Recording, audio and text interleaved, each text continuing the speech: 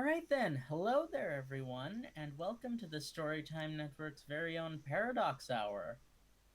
Today, we've got something kind of interesting in that it's something that's not as well known as it should be, I Hmm. think. We're covering My Hero Academia Vigilantes.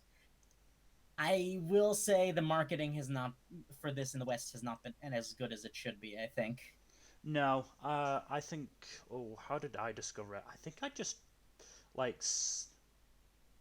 I believe I saw that it existed on the My Hero Wikipedia page, and I do think I saw it get mentioned in a Viz panel at a convention. But we're getting ahead of ourselves a little bit. Joining us today, it's a duo show today. It's just Hmm. Mill and that horrid abomination in the corner. It's moved Uh, corners at the very least. Fair enough, yes. Though the fact that it can move is frightening because that means it could move somewhere it shouldn't. I mean, maybe it's absorbed Jack's picture. Who knows? But yeah, it's. I discovered in even more, in a kind of an interesting fashion. It was on the I discovered it through the YouTube rabbit hole method. Not YouTube specifically, but I was Hmm. basically just going on a manga binge and I just saw this come up and I thought it was fan fiction at first. I mean, can you blame me? It's kind of like No. it's certainly I think part of the reason it's probably not going to take off as much in the West is because, it's got a lot of shall we say just barely lawyer friendly elements. Well, I got a look at Pop Step's costume in inverted commas in color. I genuinely did not know it was that revealing. Oh, oh. Oh no. Oh dear. So, yeah. So that's actually getting to one of the stickier parts of. Oh God, I should not have used that word in this context. One of the more awkward parts of this series, but we'll get to that in a bit. But basically, shall we just explain what MHA Vigilantes is? Yeah, I mean, Vigilantes is a spin-off slash prequel of My Hero set in indeterminate amount of time before the main So series. it begins about 3 years before Eraser started teaching. Yeah, I believe. Let me think. It had. Trying Okay, to, no. Here's the thing. It's I'm just trying to think of post. when it was set in terms of All Might's fight with All for One. No, it's after. Yeah, that's what I. It's That's recently after. yeah. So that would put it around 5-ish years Oh God. for the main series. Yes? Question mark. All Might said how long ago his injury was, Yeah, like in episode one. I'm just going to check that now. Yeah, and How that'll give long us the ago time. it But was? basically, this is kind of required reading almost. At It least kind of one very is. specific One arc. very specific arc, yeah. Um, But even then, the fact of the matter is, AFO is everywhere, including here. But yeah, so it features some very interesting. It also features kind of canon backstories slash origin stories. For example, it explains what happened to Stain's nose. yeah. In like, I think something like the second arc of the series focused on Stain. I say arc, it was like 3 chapters, but still. And it's just like it's one of these things that I don't I'm kind of worried if it becomes a trend because on the one hand, I love things like this and Jujutsu Kaisen Volume Zero. Hmm. Like I love them, right? They're great. I always want more in the world, but it's a lot harder to like there are people who In would not fairness, necessarily. in fairness, certainly Stain's backstory, I don't think like not knowing it would affect any sort of. No, Certainly, it I don't doesn't affect feel different about Stain at Stain. all. Um, No, but I mean, it's very important to Shirakumo. the Eraserhead Mm, moment. yeah, that one. That one, I wonder if they were trying something and decided that it didn't work. Because I'm going to be honest, I'm fairly sure Vigilantes is in its end game now. I'd be It, shocked if it lasted I mean, much longer. the ever elusive Cruller said as much. Ah, I love Koichi. Like, Oichi is honestly Deku's lucky that All Might never met Koichi for an hmm, extended period of time. yeah, I'm though to be fair, I have to be really careful about what I say because you're a filthy, filthy volume only yes, I am. Well, not for this. For the main for series, I MHA. am. But the thing If I is, am, I am. a I am a lot of the dirty things in volume leader. this, yeah, a lot of the things in this series are directly relevant to current game MHA. Well, what I will So, say, spoiler alert now for both Vigilantes and oh main yeah, this series is MHA. absolutely gonna This is going be to be spoiler filled. yes. I don't know any other way of we'll be able to talk about it really for 2 hours. Um, I do know that Shirakumo, turn away now or turn off now if you really don't want to know this. Uh, Shirakumo is Kurogiri. I know that much. Yes, Is there kind of. anything kind of yes? Is there anything other than that? So it does get a lot into the details of where Nomus come from. Like this series is essentially I'm fairly the sure I know. testing ground I'm fairly sure I for do know prototype Nomus. the certainly the history behind Kurogiri because I'm fairly sure a fan fiction has gotten into it. At least one fan fiction. Yeah, One very interesting one had Eri rewind Kurogiri into Shirakumo, which was quite fun. Teenage Shirakumo, so he was taught by adult Aizawa, which is also fun. But that's for another podcast. there is a few things. Okay, just tell me what is the last thing you read in the volumes? Literally end of Endeavor Agency arc. Very end. Uh, oh. Okay, I'll keep that in mind. There are a few things. Okay, you want me to say one thing though? Go It on. is probably unfair of me, but I like Tsukuchi a lot less after reading this. Yes, he does come off as kind of a dick in this. So He does. he is a lawful good paladin. He is very much so, yes. And the thing is, so what's funny is that while yes, MHA is never afraid to get into some of the more nitty gritty, like political, not Mm, political, but social commentary, yes. this just absolutely just blasts the system. This is a much darker and more realistic take on My Hero's world. And I believe this was actually half inspired by Frank Miller stuff. I would say it's not nearly that bad. Oh no.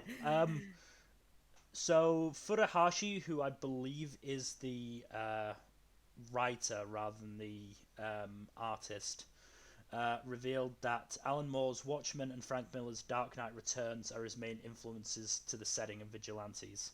And Koichi is inspired by Spider-Man because, you know, Koichi low-key has like one of the strongest quirks we've seen He so far. really does.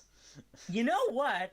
I almost feel like it might have been worth it to like pass on all for one to Koichi just so You mean one he for could all? pass on his quirk to Deku. You mean one for One all? for all. Yeah. Look, it gets confusing, okay? Yeah, if you could have just like imagine Koichi's quirk in Deku's hands. I mean, Koichi at the. I mean, we're skipping ahead right to the.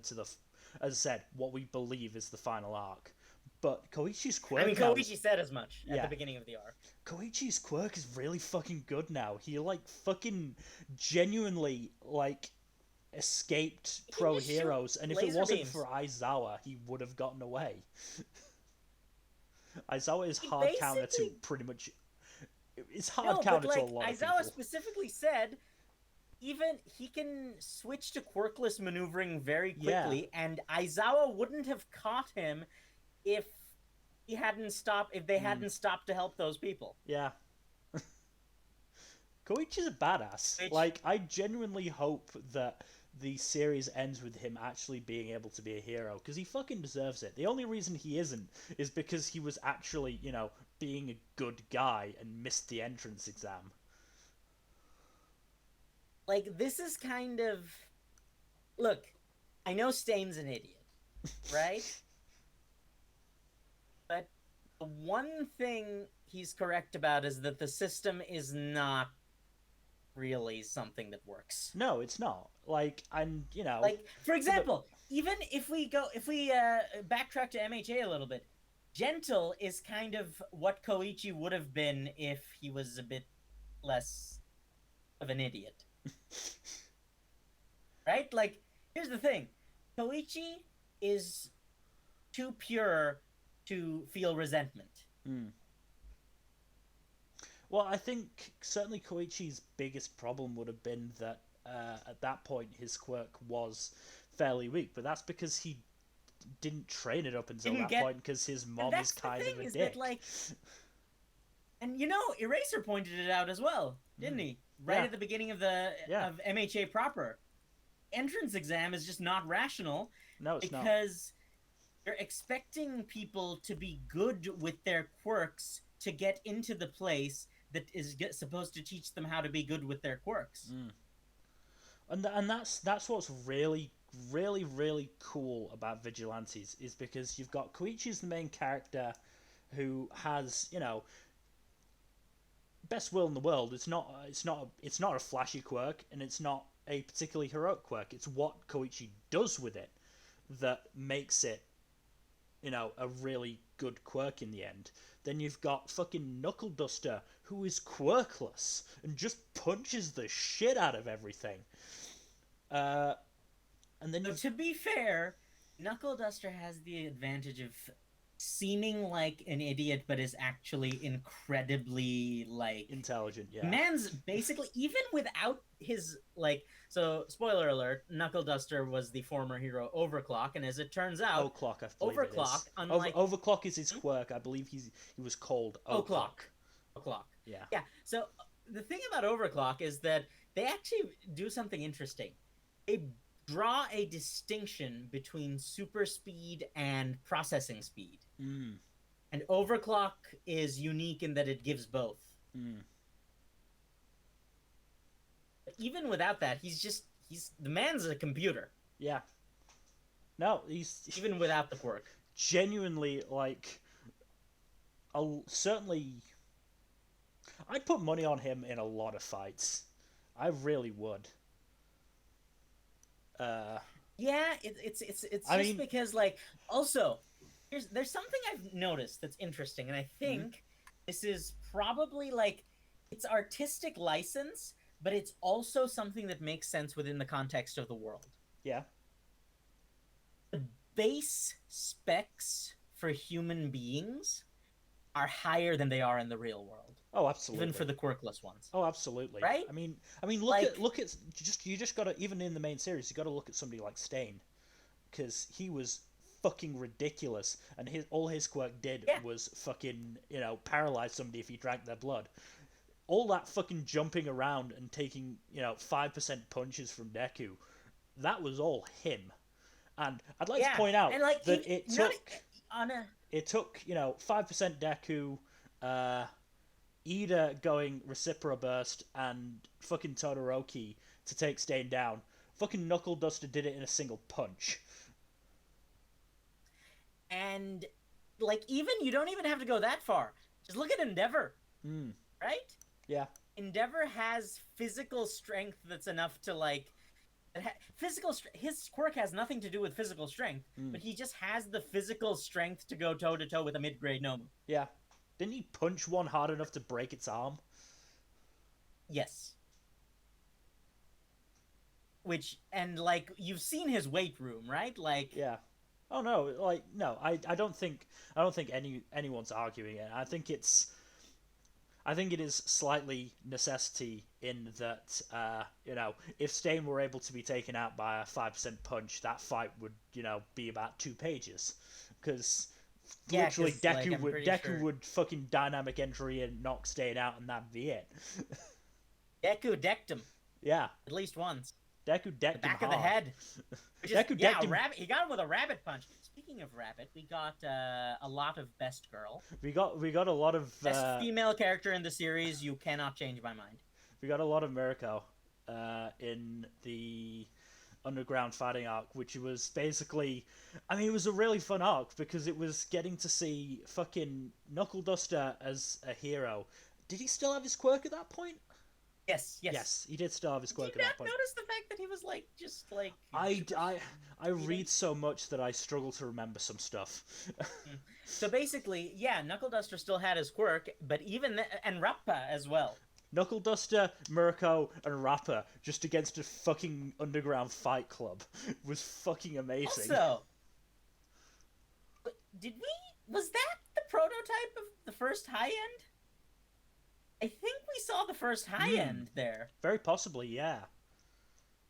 which it's kind of confusing because here's the thing.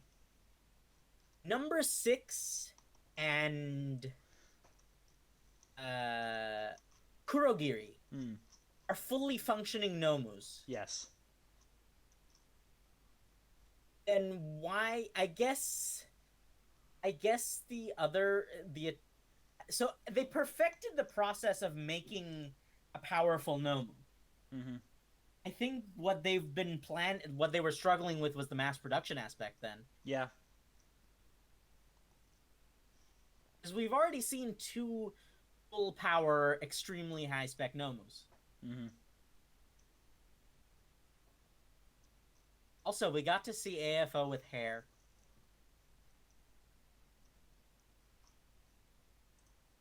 Wait, really? Hello? Sorry, I'm just Yes. on the wiki. Uh, Oh going no, by are you spoiling yourself? no, going by the wiki, the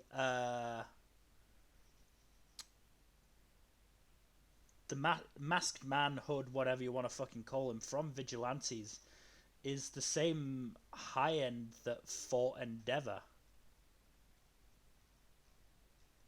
That makes sense, actually. They have the same personality, the Mm. same quirk. Yeah, okay, that makes a lot of sense. Again, this is just going by the wiki, so I have no idea if it's actually true or not, or if just somebody decided to go and say, yeah, fuck it, these guys are the same people. But That both are plausible.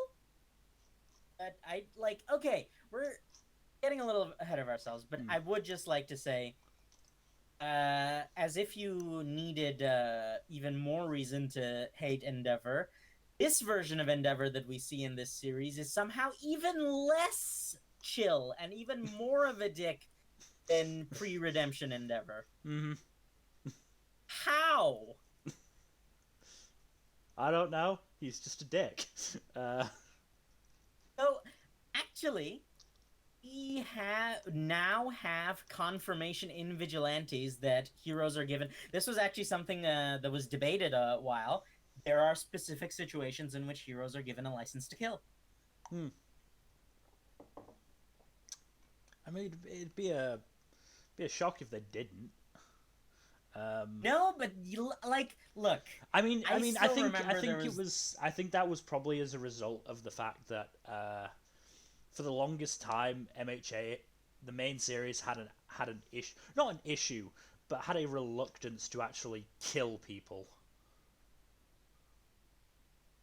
God, you don't make me start. Oh God, oh Oh, God. No, I'm I so know sorry. that the chaos that is about to come in the arc I'm about to start is going to be massive, and there's going to be death and gore and galore everywhere.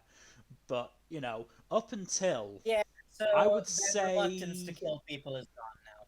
yes. Oh no, I would say. I mean, from Overhaul onwards, MHA has gotten dark as fuck. Uh, has just gone full Let's be real. fuck this Shonen Everything up Jump till shit. Overhaul, everything up till Overhaul was Horikoshi making sure that Jump wouldn't axe him. And now that they've given him free reign, he's like, "Ha ha! I fooled you." I'm not sure if it even is just trim get trying not to get axed. I wonder if it was a particular editor that was like you got Yes, to no, keep it sort of that's what I friendly. mean. And now he's got a Yeah, new no, it's editor like who's just like do whatever the fuck you want. I don't care. This is fun. It's great. Seriously, like I can't. I it would have been fantastic to see the reaction to spoilers for the start of the Overhaul arc and start of season 4 of the anime. But it would have been interesting to see the reaction to Overhaul just fucking exploding Magna.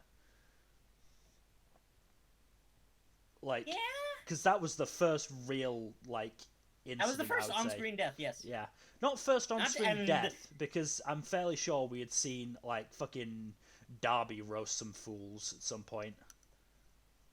the first on-screen death that was important. Okay, that's fair. That's fair. And it was a hell of a welcome, huh? Mm. I mean, I can't wait until we get to the second half of season 5. That's gonna be it's gonna be so fun to see the reactions to that. But that's again for another podcast. We do have a My Hero podcast on the docket for some point. But getting back True, but to it's kind of hard to talk about Vigilantes without talking about the it core is. But series. I do want to go back to Vigilantes because I mean, I would say the first arc that really got me was the Queen Bee arc.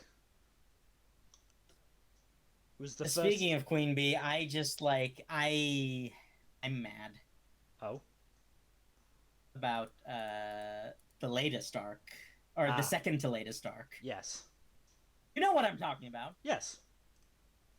I'm just like, so I think the greatest act arc and the subsequent arc and parts of the subsequent arc single-handedly highlighted the core message of MHA or of Vigilantes to the point that I'm actually very surprised Gentle wasn't in Vigilantes Hmm. because he is actually thematically the perfect for Vigilantes in that the hero society is built up in such a way that people are not judged based on their merits, but rather based on like people go by the letter as opposed to the spirit of most things. And as a result, people like Gentle and Koichi fall through the cracks because even though they have potential, Hmm. because they're not able to show because their potential isn't flashy. Like Stan had a point in that people value flash over substance in this world They do. for heroes and Oh, quirks. they absolutely do. Like Like I don't think that's a point of contention. I mean, you look at Shinso. Shinso. You look at how Bakugo was treated in middle school. You look at the top 10 heroes. Let's say, um, and you look at the fact that Aizawa, who I'm He's not going to probably I'm a more effective hero than the majority of the top 10. Yes. I'm not gonna say that he is the best hero. I would say he's probably a more heroic person than a lot of the top 10. I mean, you've got fucking Endeavor, who is Endeavor and is a dick. Yeah. So you have a world in which Endeavor is the number one and then number two hero, or number two and then number one yeah. hero. You've got That is not a world I'd like to live in. You've got Hawks, who, while is fairly heroic, is still Hawks. You've got Mirako, who, as much as we all love her, is there just to kick the shit out of people. No, Mirako is absolutely just a hedonist, right? Like, I'm pretty sure if it was less troublesome. Well, no, I feel like she is heroic to a certain extent, but like she's one of those where one slight change in her life and she would absolutely be a villain. I don't think she'd be a villain. I just think she'd be like fucking Rapper, basically. Yes, and I'm not necessarily classing. Ended up a villain is the thing. He ended up as a mook for a villain. I'm not gonna call him a villain. He wasn't there for villainous reasons. He was there to get a fight. To be fair, can we all agree that the washing machine is underranked? Probably, yeah. Washing machine absolutely should be higher up the list. But anyway, yeah, Aizawa, and he's got actually one of the best quirks in the industry. Like, the only ones who he can't, take down are mutant-based quirks. Like, Jesus Christ. And the fact of the matter is, unless the mutant-based quirk is on the level of, at minimum, someone like Muscular, actually, no, I think Muscular is sure not Muscular a mutant would be nullified. Quirk. Muscular is not a mutant quirk, I don't think. Certainly, I'm fairly sure it Muscular is not. Yeah. So, I mean, we saw the example as first Nomu we saw in the series. That's really the only thing that can counter him. Anything short of that, and it doesn't matter if they've got a mutant quirk or not. But yeah, and you brought up Shinso. I remember reading another fanfic. I'm gonna mention fanfics a lot, probably. I don't regret a thing. It's fine. I'm here to bring quality and class to the show today. I read another fanfic where Deku, after fighting Stain, doubled if not tripled his efforts to get Shinso into the hero course, because it was like, if you had been there, that fight would have been over in 5 seconds. And it's true. Which is a very good point. Though, to be fair, I can understand the hesitancy, because Shinso probably has one of the... It's the whole... There's actually a TV tropes page for this. Good guy, evil power. Yeah. Mind control is probably one of the single most evil powers out there, all things considered. But it's very much, not what power you have, it's how you use it. All for One could have been a ridiculously heroic quirk if it'd been in the right hands. And that's really that's the point, is that, as Eraser said, and I like to think that even though... Okay, so here's a question. How much communication do you think happened between Horikoshi and the author of Vigilantes? I think there'd have to be a decent bit, I'd have to think. At least at the beginning they'd have to have one meeting per arc. Yeah, at the very least, certainly for the Aizawa flashback arc, I can't imagine that there was, I have to imagine. I think every chapter. I wouldn't be surprised if that they talked about that. I wouldn't be surprised if Horikoshi ghost wrote that. Honestly, right? That's wrote always out a basically possibility. An outline. Yeah. Yeah. So I would be shocked if there wasn't a lot of communication. I assume that there's. I'm wondering. I assume that there's a lot of communication between Horikoshi and all of the spin-offs, including, stuff like the light novels. Because the light novels is stuff that Horikoshi wanted to include, but just never found the time. Yeah, I really gotta read some of those light novels. You should. Fun. There's genuine fucking gay ship tease in them. Look, don't get my hopes up for the OT3. Which is your OT3? Is it Totodeku Raka like mine? Yes. Good. Yes. Okay.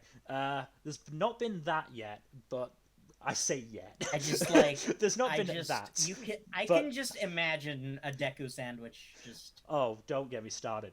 But there Do you is know what's funny? There is not nearly enough fan art of that. no, there really isn't.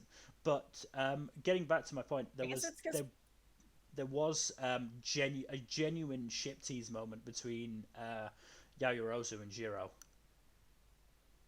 And that's a better ship than Jiro and oh, it absolutely is. Kaminari. Let's be honest.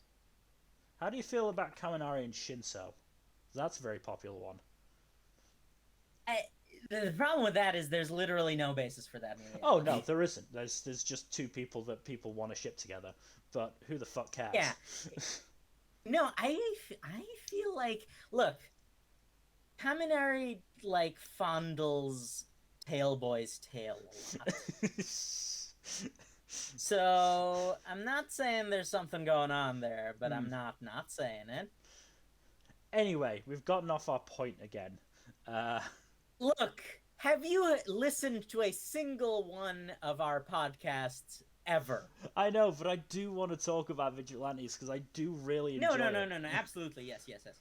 So let's just go out of order. I think because I don't think we have the I basic level of.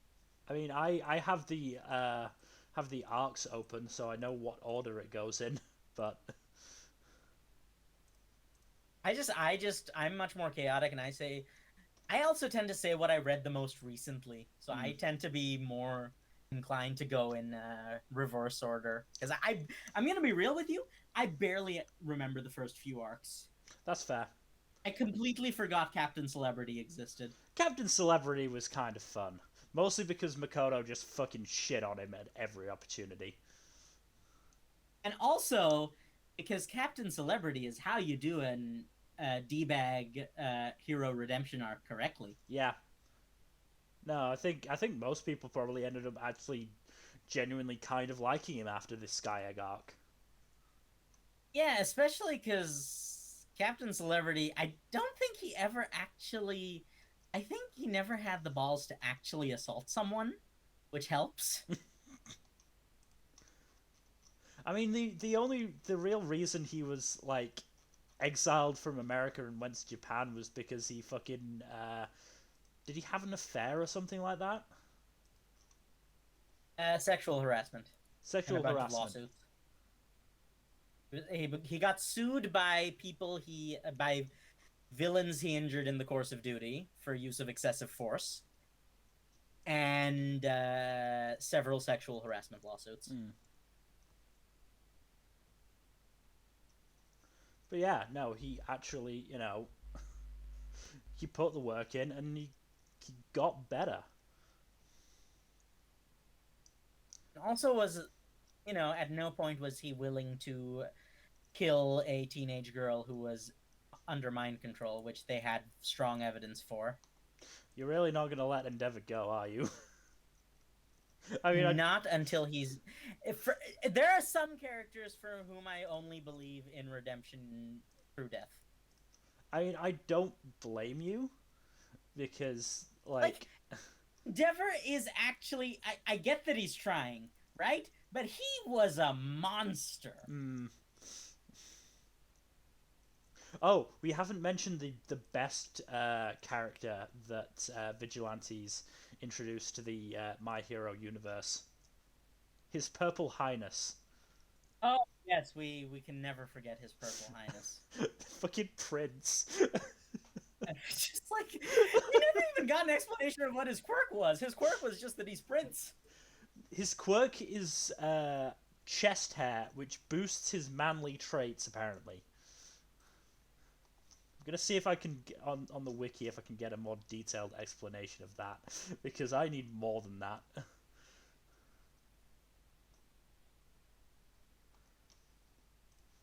I really need more than that.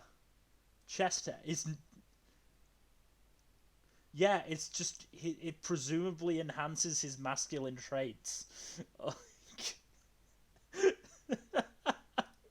Just look. don't know. Let the Dojin artists get to work.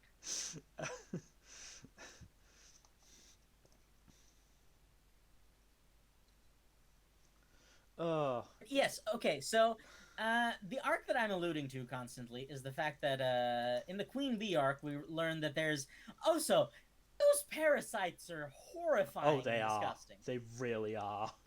It's basically just a maggot that eats one of your eyes and burrows into your brain.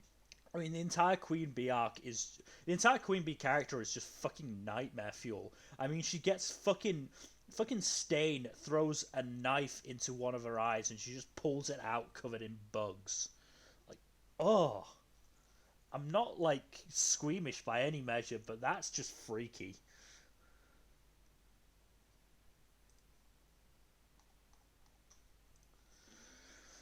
Uh, I mean, yeah, Queen Bee is the first sort of big arc. It's like 16 chapters, I think, something like that. Uh, Is this is it monthly or monthly or bi-monthly? Bi-monthly, Okay. Wait, is every two bi-monthly weeks, twice? every 2 weeks. Okay, yes. Look, I don't know what any of these words mean because, like, sometimes it means like bi means twice a month. Sometimes it means 2 months. I just Mm. like No, it's every I two don't get weeks. it. Every 'Cause 2 weeks. okay, yeah, and as a result, each individual chapter is a bit more meaty. Mm. I mean, But if yeah, yeah, I mean the good thing about Vigilantes is that for all that we do get arcs like the Queen Bee arc and others, we also just get sometimes like the characters just hanging out and just eh, just being normal people, which I really want something like that for the main series. as long as it's in Jump, that's not going to happen in the main series, I know, unfortunately. but that's part of the Like, reason I read fan fiction. I just like want to see the kids I've come happy. to a realization. Uh, Shonen Jump probably causes the most series to be wasted, even when they don't get axed. Shonen Jump is one of those companies that probably makes money in spite of itself. Yeah, Shonen Jump is absolutely, and it's the chief editors and the people in charge, right? Fuck the chief editor in charge at the moment. He's a gag focused dick who cancelled Phantom Seer, which I really fucking enjoyed. Yeah, I'm really glad that I do not. I have a policy now. I will Oh not no, get into I'm Shonen Jump series until there is, without a shadow of a doubt, they are not going to be axed. You are not the only one. I'm dumb and like reading things right from the beginning, so I jumped straight into one of the newer series. Well, a bunch of the No, newer why do you series. do this to yourself? I don't know. I don't know. I got hit so hard by these children getting axed that I just threw myself back in. Mill, I feel like we need to have an intervention at some point because this is becoming a problem. I have a good feeling about Blue Box though, even though it's only 2 chapters in. Less of a good feeling about Witch Watch, but I don't really care about that one. I so yes, and then they do the thing. They deconstructed they deconstructed the cannot confess trope Hmm. Yeah. I mean, to the point that I do really like the relationship between Koichi and Pop. so I'm made uncomfortable by the relationship between Koichi and Pop for obvious reasons. What the Pop is She's constantly on. underage for most of the series. He's That's fair. underage for most of the series, and Koichi's in college. So What is she? so she's graduating high school by the time Koichi is out of college. Right. So there's a 4 year, because as the awkward thing about a 4 year gap, right? Mm. When you get older, a 4 year gap is nothing, but Mm. when one person is legal, the other person is 14. Yeah. So it's kind of it's awkward. Also, yes, you are correct. Pop does wear barely any clothing. Mm. Well, like she has like the only thing that's covered up is her front, ironically enough.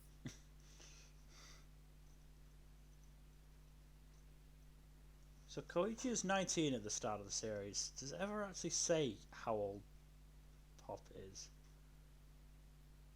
Assuming he assuming he entered college at 19 and graduated at 23, and the average age for graduation is 18. It says 19 first appearance, current age 22 for Koichi. Okay, so it's been 3 years. Yeah. So Pop would have been at the oldest 16, but more likely 15. Because it's a 3 year system in most. Because no, because she was starting high school.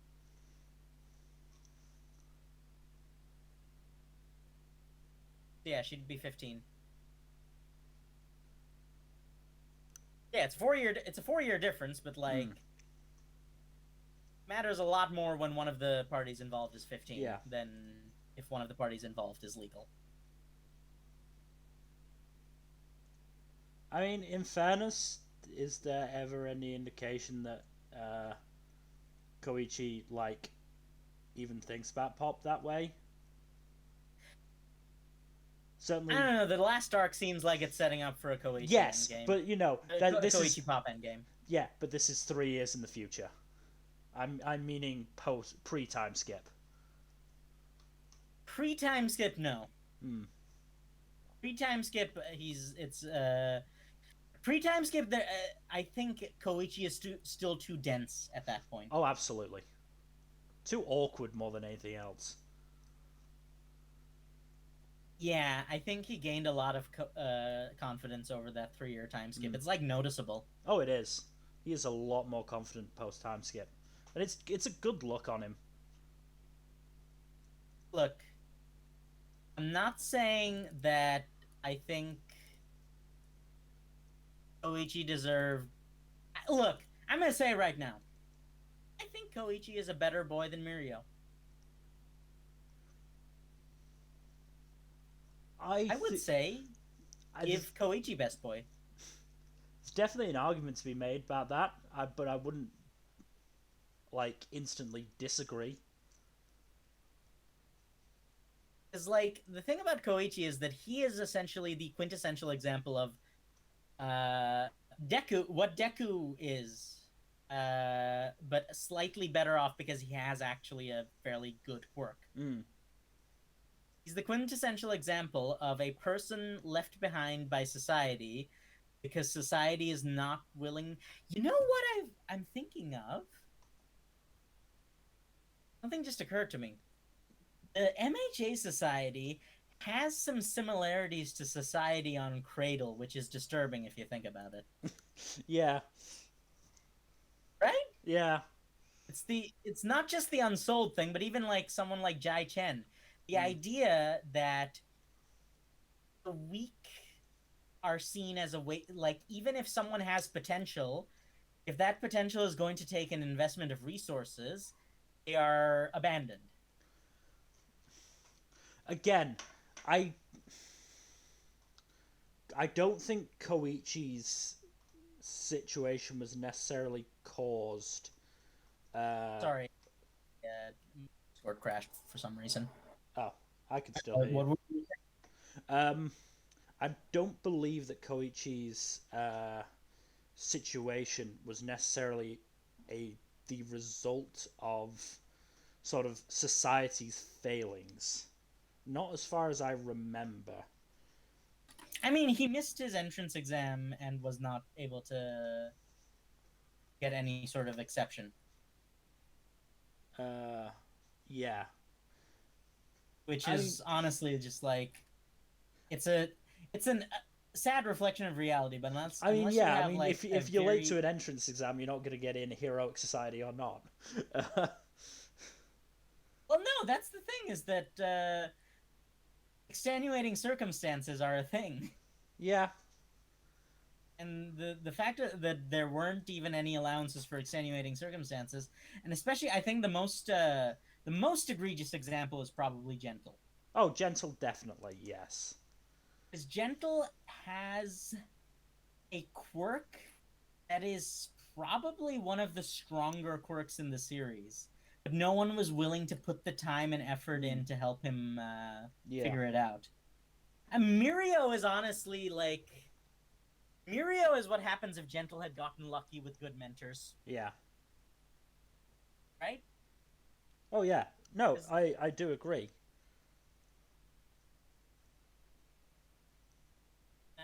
but yeah, it's just, and the fact that like the fact of the matter is that uh, how should I say this?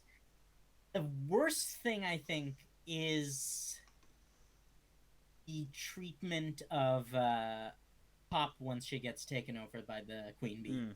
Yeah. I think that's the biggest example of why their system is fundamentally broken, and I think that's what made me uh, dislike Sukouchi so much. Maybe Mm. he's mellowed out by the time of MHA proper. I don't know. Maybe even the events of the current arc are what make him mellow out. Very But possibly. the fact of the matter is that Sukouchi is too naive and idealistic to realize. He straight up says that acknowledging that our mistakes is the same as saying that the system has failed. He refuses to say acknowledge that the system has failed. Mm. He has just this blind faith in the system that is just, even especially given the current climate, just not okay in any Yeah. way. And I think the fact that they just, even though they have precedent that the last person with this quirk, they know Sukouchi was involved in that case. So he knew that the Queen Bee quirk was parasitic and that the host has no control over their actions. He knew that. Mm-hmm. He still designated her as a villain and allowed Endeavor of all people to get involved.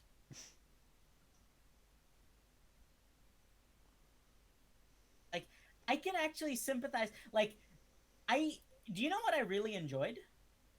And I apologize if I'm talking too much. Just let No, me know no, if go ahead. I'm. Keep going.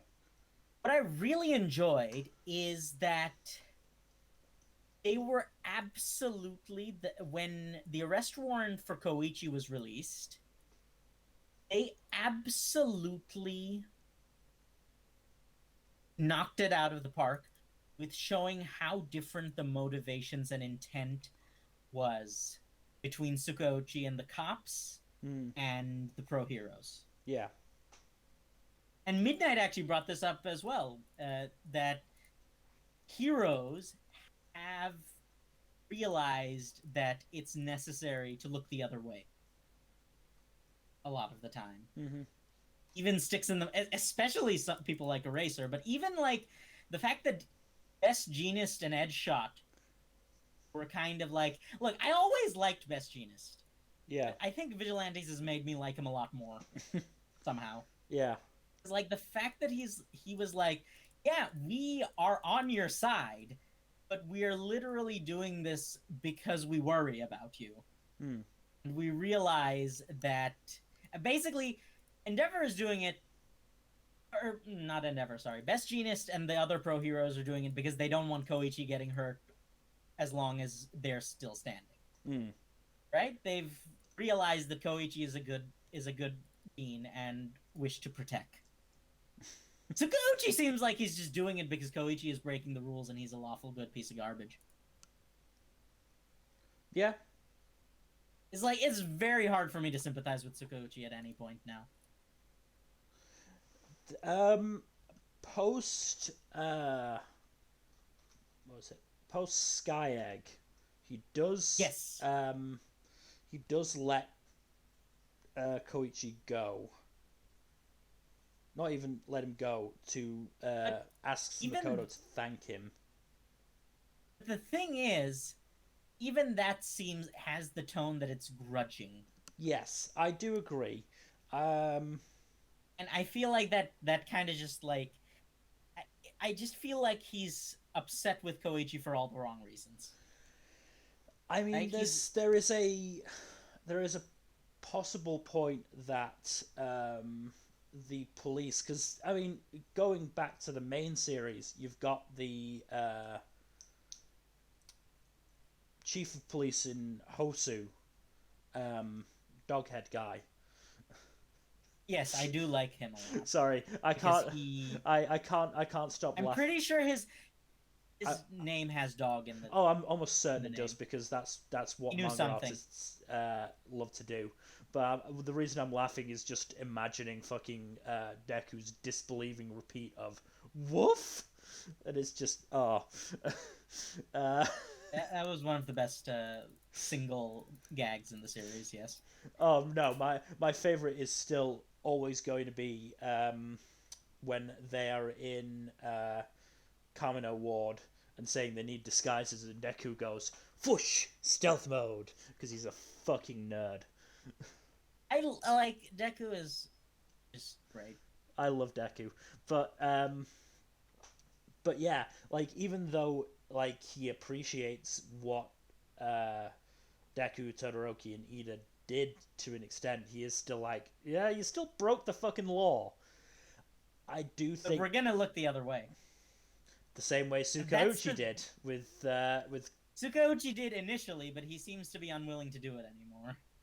seems to be Even though unwilling to do it again. Which I'm sure if Deku, Todoroki, and Ida had gone out even a few years later and just done the same thing, I'm willing to bet the like chief of police in Hosu probably wouldn't have been as willing to give them a second chance.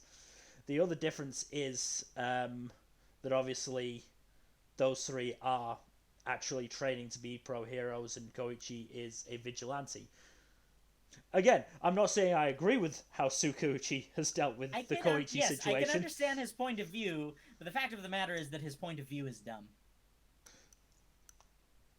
All I will say is that there is the potential that pro heroes are more willing to be lenient towards people like Koichi, in that they know that they can, handle whatever happens should Koichi turn out to be someone like, say, Stain.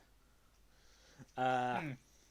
Whereas the And I think police obviously do not have that level of protection because, a lot of them, well, most, if not all of them, will probably be police officers because they don't have the quirks to be heroes. which is actually what what All Might initially Mm. suggested to Deku. Yes. So I think the I mean, look at it this what way. I mean, Tsukauchi has, a really cool quirk in that it is a literal lie detector quirk, and yet he still couldn't figure out that fucking Koichi was a vigilante until actually seeing him. He asked him to his face if he was a vigilante and still didn't figure it out at the time. Mostly because he asked the wrong on a question. technicality, Because that he was asked the actually wrong a great question, which is gag. hilarious. Because he asked him, "Are you the Cruller?" And Koichi went, "No," because he doesn't consider himself the Cruller. He considers himself the Crawler, which is hilarious. And just like that's actually a very interesting look that is probably it's a fun gag, but it's also a very Mm. interesting look at the whole quirks are worthless if you can't apply them properly. Yeah. No, I mean, I think it's very clear that fucking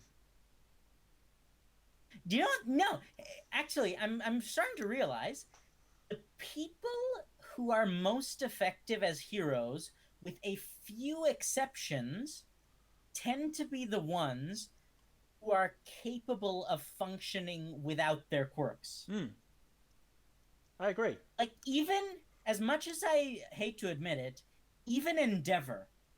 if you took away his quirk, he's still a good enough fighter to He's deal still with gonna most beat the run-of-the-mill shit out of villains. people if he can. Yeah.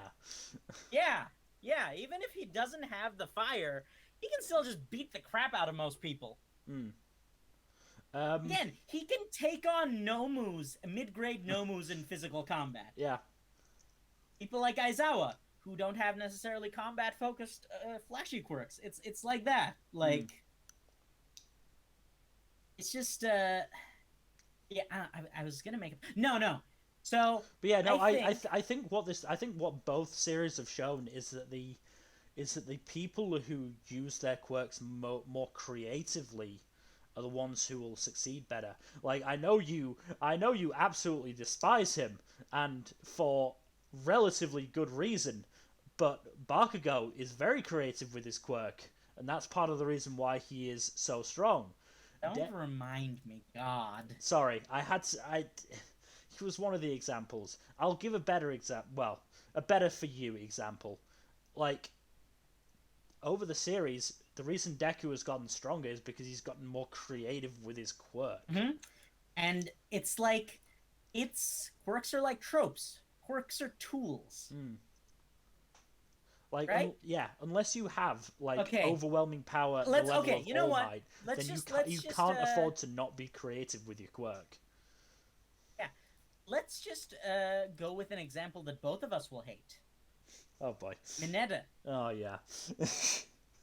Oh god. Mineta scored fairly highly on the entrance exam because he took advantage of his quirk of the fact that they were fighting machines with sensitive mechanisms to gum up Mm. the works with his quirk, even though he's a piece of garbage. Speaking of the entrance exam, I still have no idea how Kagakure Invisible Girl passed that exam.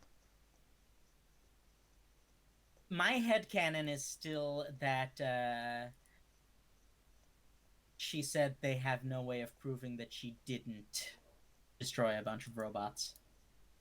I mean, my personal theory is that because obviously she is invisible, they didn't weren't able to lock on, and so she just had free reign to do whatever damage she wanted. But I don't know.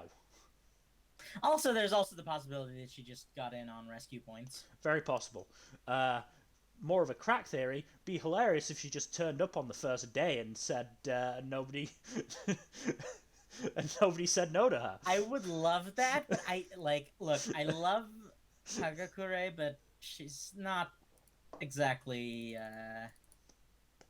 let's say bright enough for that sort of. And if Would you it know what really I'm saying. need brightness to do that, or a suicidal amount of dumbness? I don't think she has enough of that either. Yeah, she That's is the middle of the problem. road, to be fair. Yeah. But yes. But again, you know, If going back Deku to had that quirk, he would absolutely do it. yeah, but going back to Koichi. No. I just wanted to make my one point. Go ahead. What we have come to the conclusion is the heroes are the good guys, and Sakoichi is a cop. And of 1-3-1-2, course, ladies and gentlemen. and of course, a cab.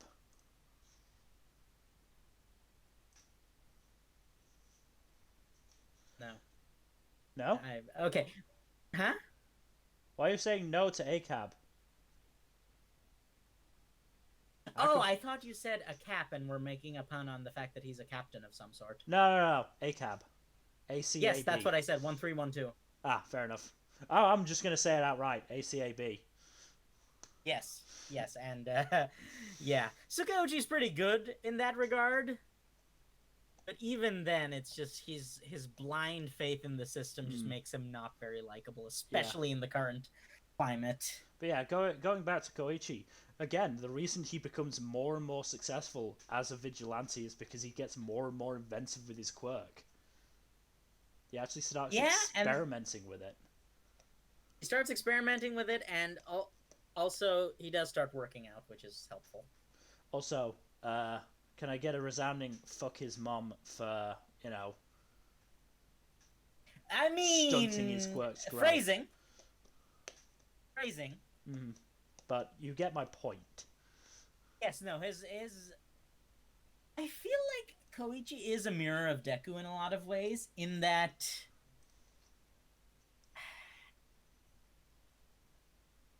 is very similar to Koichi's mom seems similar to Deku mom, but backwards. Mm.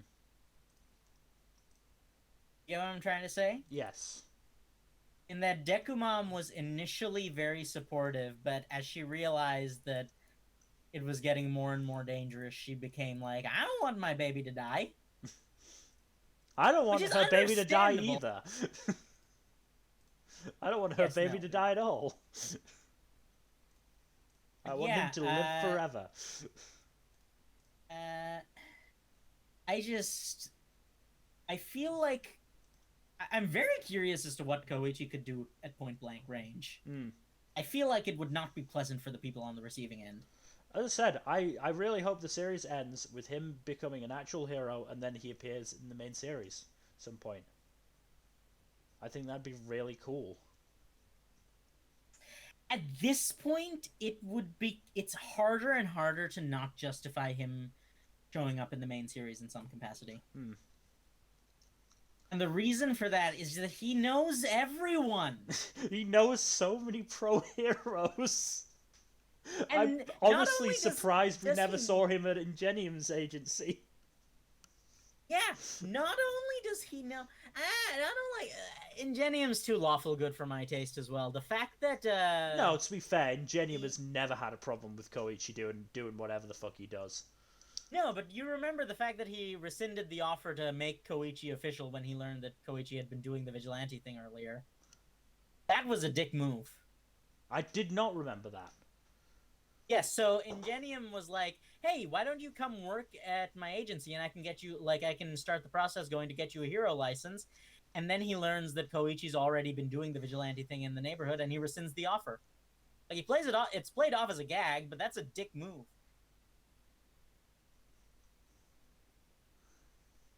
Do you not remember this? I'm getting back into it. Yeah, Like, I knew there was a reason he didn't join Ingenium's agency, but I didn't. yeah, it's because Ingenium didn't want him to after learning he'd been doing the vigilante thing on his own. Which now in hindsight makes sense as to why like again, I'm not saying Stain was right for targeting him, but Ingenium does seem to value his public image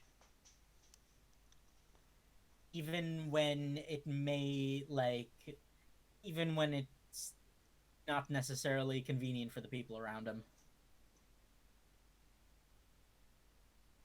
Okay, Again, yeah, I'm not saying Stain was in any I'm just looking way at justified because he I'm just wasn't. looking at the summary of the incident, and there does seem to be no good reason why he asked for it back. Yeah, it's like if you look at the panel and the facial expressions and everything, yeah, it's because he didn't want to be associated with a known vigilante. But aren't there? This might be a this might be a case of fanfiction influencing me, which is extremely possible. But are there not like programs for vigilantes to become proper heroes? Nothing formal, which is again a failing of the system. That might Hmm. be a fanfic thing. It's happened. Like I think Eraser and Ingenium were talking about how it's happened. It was probably Eraser. It's happened, but only in cases like Koichi's where he's just a good enough dude that Yeah. and because like here's the thing, not only does he knows like a good chunk of the top 10 list, and not only does he know them, they like and respect him. Yeah. How has he not shown up in the main series yet is the thing. Yeah. It's like just the fact that best genist best genist has a lot more influence than you think because he's a good combination of a good human being and also popular. Yeah. Right? Like I think Best Genius is probably low key one of the most underrated heroes.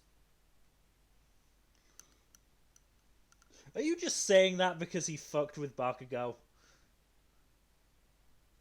Look, that made me like him a lot, and it was a very good first impression. But it's true though. He is the first person to call out Bakugo in such a direct manner. Yeah. Not even Eraser did that.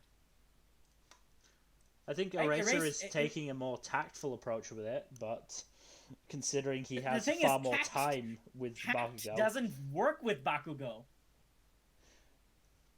I'm not getting into another Bakugo argument, especially not when we're supposed to be talking about Vigilantes. Okay.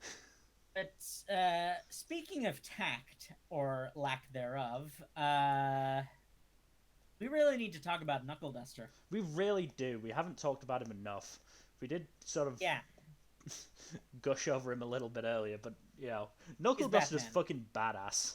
Like, he's Batman. Yeah. He's just Batman. I mean, as we said earlier, fucking Knuckle Duster one-shotted Stain. Yeah. In a hilarious fashion as well, because it just fucking laid down. And also, he's also in his 50s. Yeah. Bear that in mind as well. We have no indication that quirkless individuals. 45 on his 45 on his first appearance. He old. Yeah. Is the thing, especially given his line of work. He's also bulked the fuck up from his hero days. That makes sense because he needed the muscle. No, I know. I'm not disagreeing with the strategy. It's just he just has genuinely fucking. To be fair, though, in the Underground Fight Arena arc, I think the costume makes him look less bulky than he was, because in the Underground Fight Arena arc, when he was like undercover, he was still pretty jacked. See if they've got a picture of it. Yeah, he does still look pretty thick. Yeah, I think the costume kind of just... Then again, that might just be a result of him being next to Rappa. Rappa has a tendency to make anyone next to him small.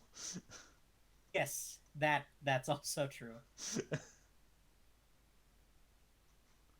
Yeah, I really liked that arc, especially because it was the first time we got a POV of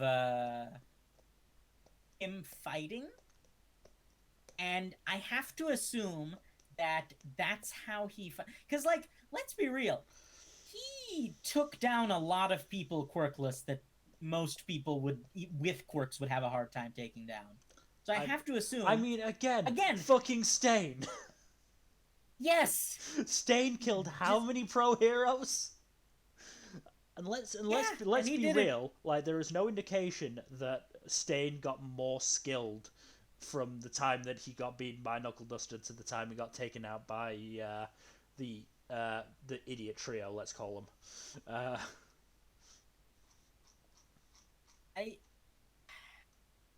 I don't know. I think he became a bit more creative and acrobatic. Right? Because as Stendhal, he was much more linear in his fighting style. Less flippy dips, less knives. Like, he was only using one or two main weapons. Yeah. So I think he did pick up a decent amount of skill.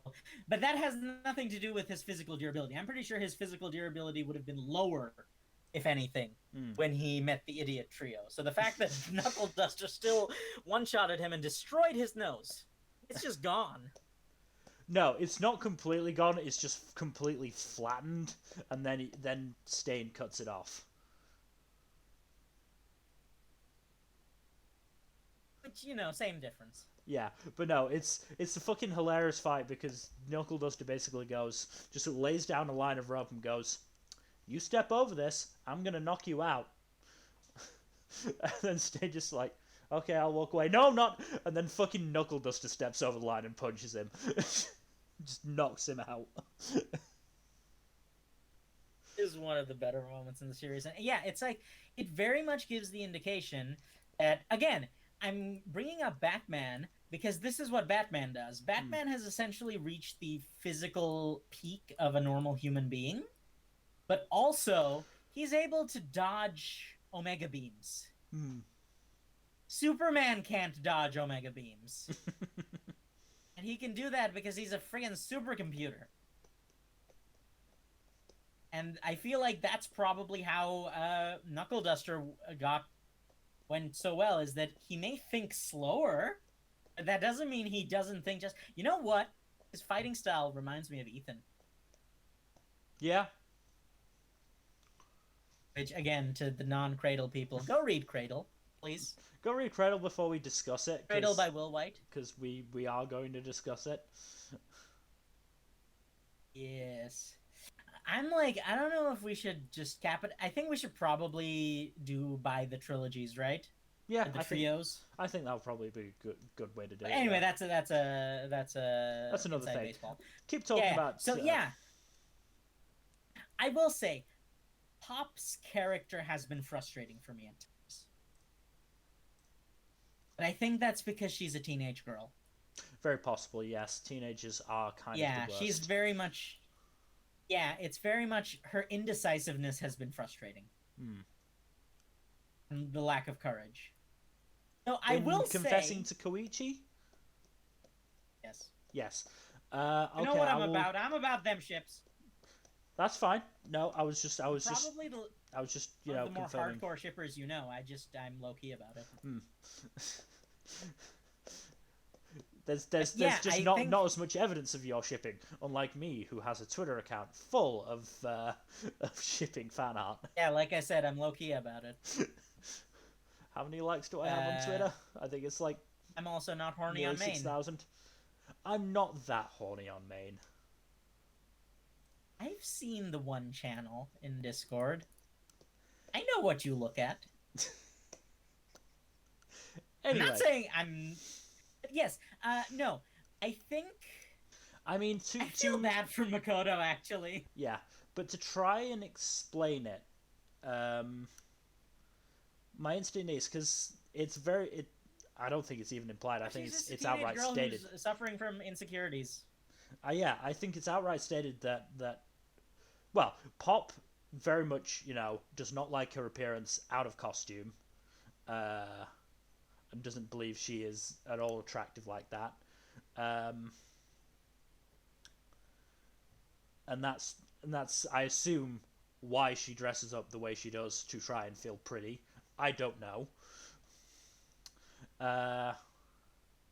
It's actually no. It's a very common problem, sadly. It is.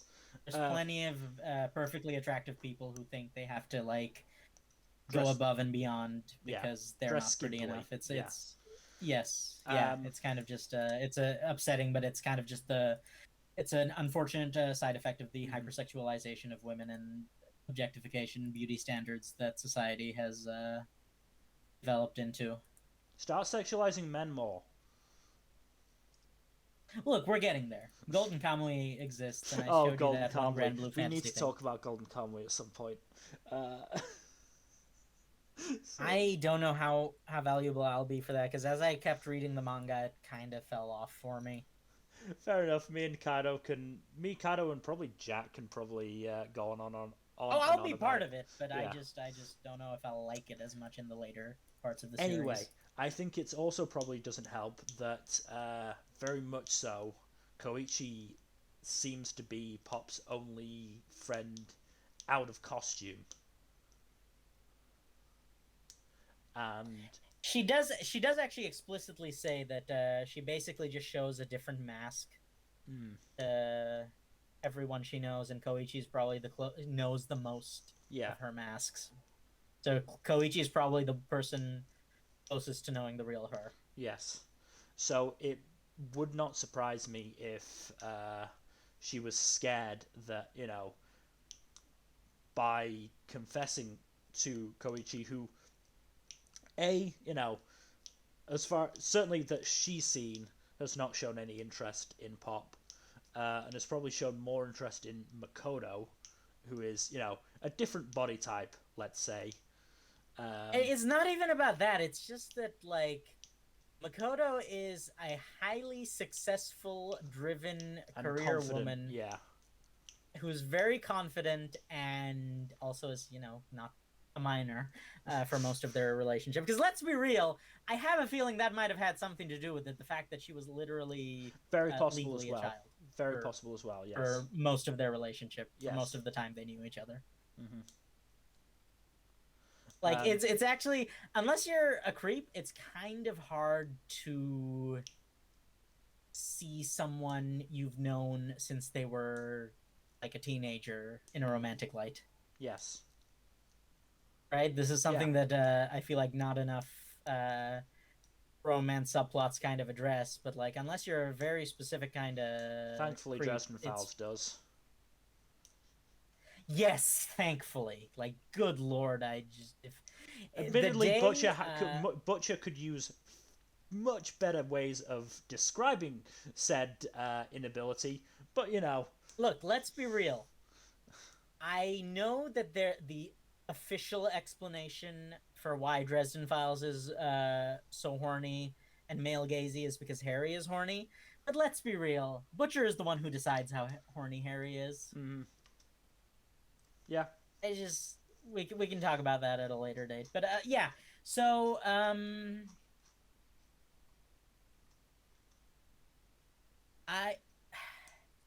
I I do understand your like frustration because we've both been through far too many fucking romance in inverted it's commas like arcs where nobody fucking confesses. yeah, it's like at this point I've realized something. It's not that I hate fluff.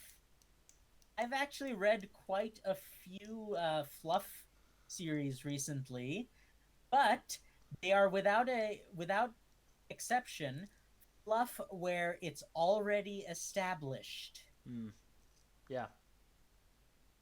And if not already established, then already functionally established. Have you read slash watched Tonikawa? I have heard that that kind of goes in a tragic direction, so I don't want to Very go possible. there. I've I only don't watched. know if that's true or not. I don't know either. I've only watched the first season of it, but that is probably possible. I'm not gonna lie. Yeah, so I can't handle tragic romance. I can't. Don't watch To Especially Your when Eternity. it's a good relationships. I'm gonna wait until the ending, get spoiled on the ending, and then decide whether or not I wanna Yeah, read slash watch it. but yeah, it's not a tragic romance, but don't watch the first episode of To Your Eternity. That's real sad. I don't like sad. I have enough of that in my real life. I don't need more of that in my fiction. Getting off this depressing point.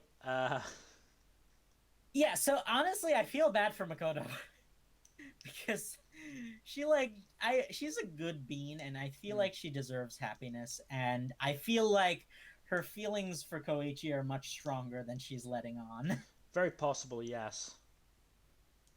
She's been like interested in him that way since the beginning more or less. Hmm. And the fact that she is like good on her by the way, like she is absolutely being the bigger person and being Yeah. okay, so she's kind of being both selfish and selfless at the same time. She's being selfless in that she wants to make sure Koichi has the option and Pop has the option, but she's also being selfish in that she's can't bring herself to do to have that discussion herself. So she's kind of like she said it herself. She put that on them. Yeah. Right? She said that she feels bad for throwing it at the two of them. Which let's be real, I feel like because here's the thing: the way Number Six manipulated Pop, Hmm. it's disturbing how true to life that is, right? Oh yes, That's absolutely. how a lot of real life predators operate. Yes. They find your insecurities and tell you what you want to hear. Mm-hmm. Yeah. And I feel like Makoto is. I don't want to go as far as saying I blame her. If I liked her less, I would be blaming her. It's not really her fault. I mean, I feel like I'm not the situation entirely. could have been mitigated a great deal if Makoto and had just sat down with the two of them, and if the three of them had just had an open and honest conversation like adults. Mm, I feel like it would be very If complicated. nothing else, uh, I think they would have. like rationally, yes, they should have discussed No, this I as a absolutely understand trio, why the but emotions would run high. like I do not sort of assign blame to Makoto in any way. I don't Like assign blame there's either, not much but she I could have think done the about this story. situation other than Yeah, just not telling Koichi at all, which is not fair really on her either. yes, no. What I'm saying is, I also you have to admit part of it is because Pop was eavesdropping. Mm, yes. But no, what I'm saying is, if Pop had been in a better state of mind, it's possible that if I don't think she would could have escaped being infected by the queen bee, right? Mm, yes. However, I think it's possible that the way she was viewed by the cops and the government in general would have been different because it would have been much more obvious. Because I think at that point, number six would have had to openly take her by force, Possible. right? Because like However, they given the already noted black and white nature of Tsukuchi, uh, and Endeavor, ironically and enough, Endeavor, aka Lord Hypocrite himself. yeah, I'm not sure if that would have mattered. Unless somehow in the hero society, domestic abuse isn't a legal I'm offense punishable fairly by jail sure it time. is. Yeah. No, let's be real. Endeavor should be in jail, Yeah. right? Like, I understand the redemption arc. I really do. Like, one of my favorite characters in the Stormlight Archive is Dalinar, Hmm. right? Yeah. And he's a monster. I understand. I really do. I just like it's hard with Endeavor, especially he was gonna kill a a child essentially. Yeah. If you consider it, she was underage at the time, right? So she was gonna kill a child who was strongly suspected to be not in control of her own action. Mm-hmm. Like Sukauchi literally, to his credit, he told him, "You, why are you using?" He didn't want him to use lethal force because she was like a child who was not sound of mind. Yeah. He still tried to kill her. Mm-hmm. Also, the fact that his move he used had karmic in its name is just like, Yeah. good lord, can the man get any more hypocritical? We should also talk about a lot of this is also set up for the overhaul arc to a certain extent. Yes, because certainly, well, most of the story is based around Trigger, which is Yes, obviously what. Well, it was used a little bit in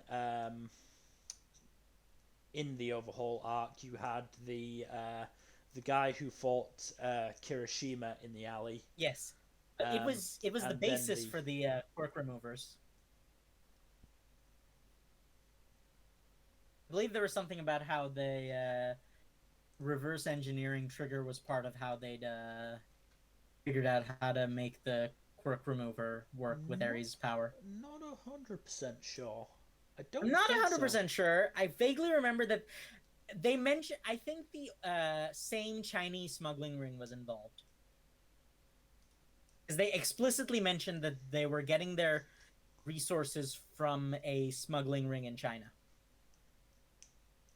Um,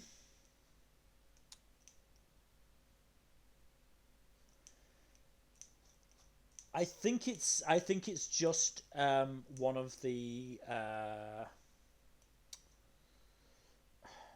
one of the drugs that this Shie Hasaikai like traffics in. I don't think they used it to create the quirk removing drug. I think that was solely just Eri. Okay, fair enough. Fair I enough. think. I'm not 100% sure, but that would be my instinct. 'Cause it seems Also, weird to, to develop a quirk removing drug from a quirk boosting drug. Well, no, that's actually how a lot of drugs work. Is like by studying how a stimulant works, you can usually figure out how to reverse the effect. Fair enough. But yes, Trigger is a very Kind of the key. central Yeah. driving force Mm-hmm. of the initial plot. Yeah, and it is used several times in the main story, mostly in the overhaul arc. But yeah, there's a lot of setup. And like again, I just like when is Koichi gonna show up? I guess Koichi might probably show up once Vigilantes ends, I guess. Possible, yes. I mean, I Possibly. I would It's be also possible that there's a conflict with Jump. possible. Because I know they're published under the parent company, but Jump tends to not like to play nice with Uh, other magazines, even in their brand. Vigilantes is currently in Jump Plus. It didn't start there, did it? Started Oh in wait, Jump no, Jump Giga. Plus. Yes, that's what I was thinking. Yeah, which is their seinen magazine, which makes a lot of sense. Mm-hmm. But yeah, it's like a lot of the more important heroes kind of just like and respect Koichi, Mm-hmm. which I feel like that's probably a good litmus test, huh? Yeah, but at the Right? same time, um, it does say that, or after post time skip, Koichi does say that he was going to retire from being a vigilante once he got a job. I did not catch any of that because my Discord keeps crashing. Uh, Back now though. I believe it said at the start of the post time skip arc that Koichi said that he was going to retire from being a vigilante once he got a job. So it is possible that he just doesn't become a Yes, no, hero. no, no. I'm absolutely I'm like pretty sure he's not. Even if he's given the option, I don't think he'd take it Mm-hmm. necessarily to become a pro. We Right? just Like yeah, he we just have to see how it ends. I would mm-hmm. certainly I'm love. gonna be real with you. Covering the first 100 chapters, we kind of ended in the middle of a cliffhanger. Yeah, But we you did, know, considering the but fact that it's the latest chapter that's been released, sure. not But much we like, could really still, do about that. yeah. It's just unless like unless we didn't cover the this final arc, which I didn't want to do because I want to talk about it. I wanted to talk about Koichi fucking like not murdering, but like getting away from legit pro heroes. not just any legit pro heroes. At the time, they were number 4 and number 5. Yeah, And also Eraser, who is probably competent enough to get into at least the bottom 5, if not the top got 5. away from OG Ingenium, Best Genist, Edgeshot, and Eraser. Like At the same Jesus, time. yeah. Like come on, gotta give the man props for that. He is absolutely probably grown into one of the more skilled characters in the series. Yeah, Also, uh, we finally have confirmation. Ironically enough, we got the confirmation in this in Vigilantes that the like the weird black and red tentacles that AFO shoots out are the base form of AFO. yes, yes. Which a lot of people were arguing about. Like, okay, can we just talk about the fact that in fandoms, unless it's explicitly stated, even if it's very, very obvious, people seem to refuse to acknowledge I mean, I can definitely think things like that. of a particular thing in terms of my hero that would apply. Oh, go on. Uh, so this is spoilers for the most recent finished arc for my hero. But when you Joke's on you, I'm caught up. yes, you're caught up. I'm just saying this for anybody else. Because because this is something that I shouldn't know, but do know, because some dickhead spoiled it on Twitter before the chapter got officially released. Fuck that guy. Uh, but the fact that Darby is Toya, like 90% of the fandom pieced that shit together. It was pretty obvious, Yeah, yeah. like I. It's not that And I if any, care if it, about learning that because, as I said, it's so obvious that it's just like, yeah, okay, it's been yeah, no, confirmed, great. non-consensual spoilers are not okay. But yeah, it's the fact that it was spoiled before the official release is what I care about. But yeah, Yeah, no, no, I'm not okay with non-consensual spoiling. However, yes, it's things like that where, despite it all, even if it's all but guaranteed, there will still be people who are like, but it's not explicitly written down. Horikoshi didn't spend a page with nothing but the words written down, so we can't be sure. yeah, It's like that with all fandoms, really. It's what's mm, frustrating about any time you get into like the more theoretical discussions. But yes, it's one of those things that just kind of reinforces the fact that Vigilantes should not really be treated as a spin-off.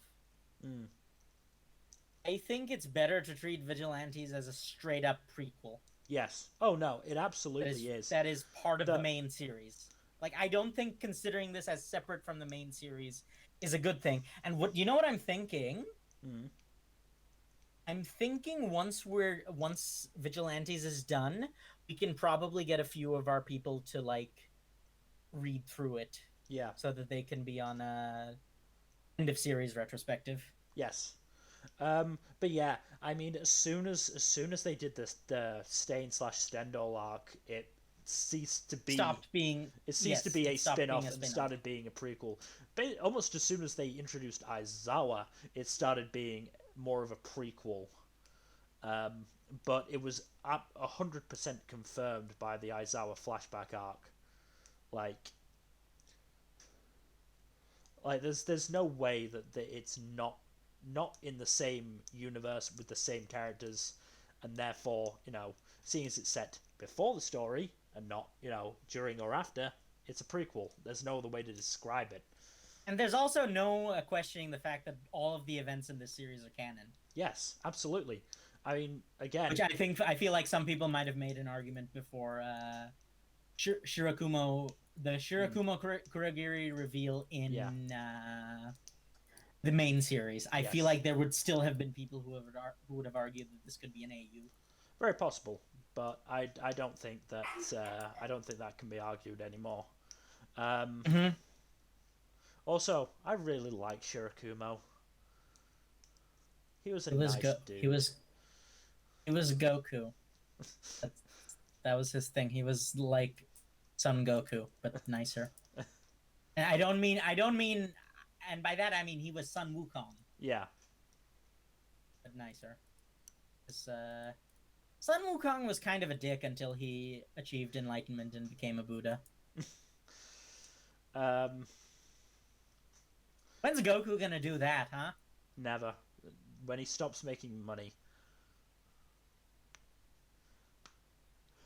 Fair enough. I just want to talk about the fucking dynamic between Shirakumo, Present Mike, Aizawa, and Midnight. Like it was just fun.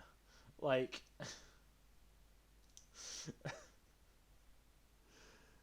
like obviously Present Mike was still his idiot self. I Aizawa and Present Mike did not change that much. Let's say. Uh, Obviously, we don't know about Shirakumo, but Midnight, Midnight showing off her OG costume, and then a note saying a year after she went pro, she was forced to change it.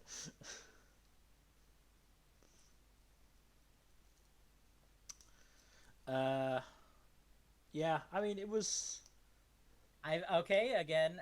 My Discord crapped out, ah so you haven't been able to hear me, or I have not been able to hear you. The last word I heard was dynamic. I've just been discussing the fact that the dynamic between Aizawa, Present Mic, Shirakumo, and Midnight is just really good. It's really fun.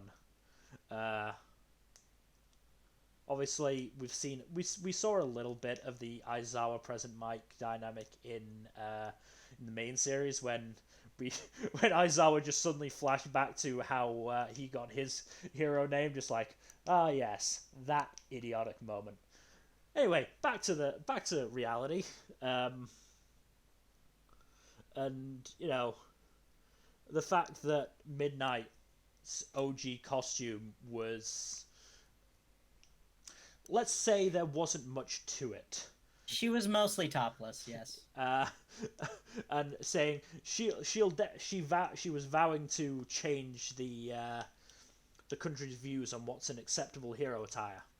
Immediately followed by a panel saying that within a year of Midnight going pro, she was forced to change her costume into something less revealing. Due to public indecency laws, yes. Yes. Which, look, I know it was meant to be a funny gag, but it is kind of like not a great thing, because she was kind of very much trying to do the female empowerment body positive thing. Yeah. And the fact that the government still hasn't, yeah, look, that's that we're getting. Look, the problem with Vigilantes is that it discusses real world issues, and the problem with that is that discussing real world issues in the real world is a lot. You have to be a lot more careful than discussing them in the context of Vigilantes. I can understand like why they changed Midnight's costume, because like she is basically topless. Yeah, but like I feel like in the long term. Does she even have any like make it so everyone's not horny all the time? Does she have any like lower underwear, or does she just have the belt covering it? It's probably just the belt. Let's be real. Knowing Midnight, it was just the belt.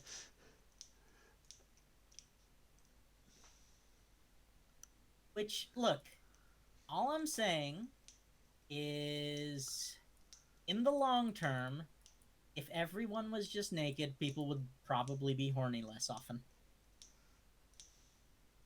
Very possible, but considering that's never going to happen. It's never going to happen, but like, what could happen is to just like create a moderation between the fact that our society is simultaneously hypersexualized and sexually repressed to an absurd degree. Absolutely. But, especially considering like that there's already enough people who like rape and say that they are asking for it. I feel like it would be courting disaster. No, we should murder those people. But anyway, okay, yes, we're getting too into the real life stuff. But yeah, I really did not like. Basically, I had sympathy for Tsukuyoshi up until the second Queen Bee arc with Pop. Yes. No, and I at which point I was like, that. I can understand the fact that because he knew that mind control was involved, but he still okayed the formal villain designation. Actually, does he know that mind control is involved? It was in the end of case report, because they shared all the case notes.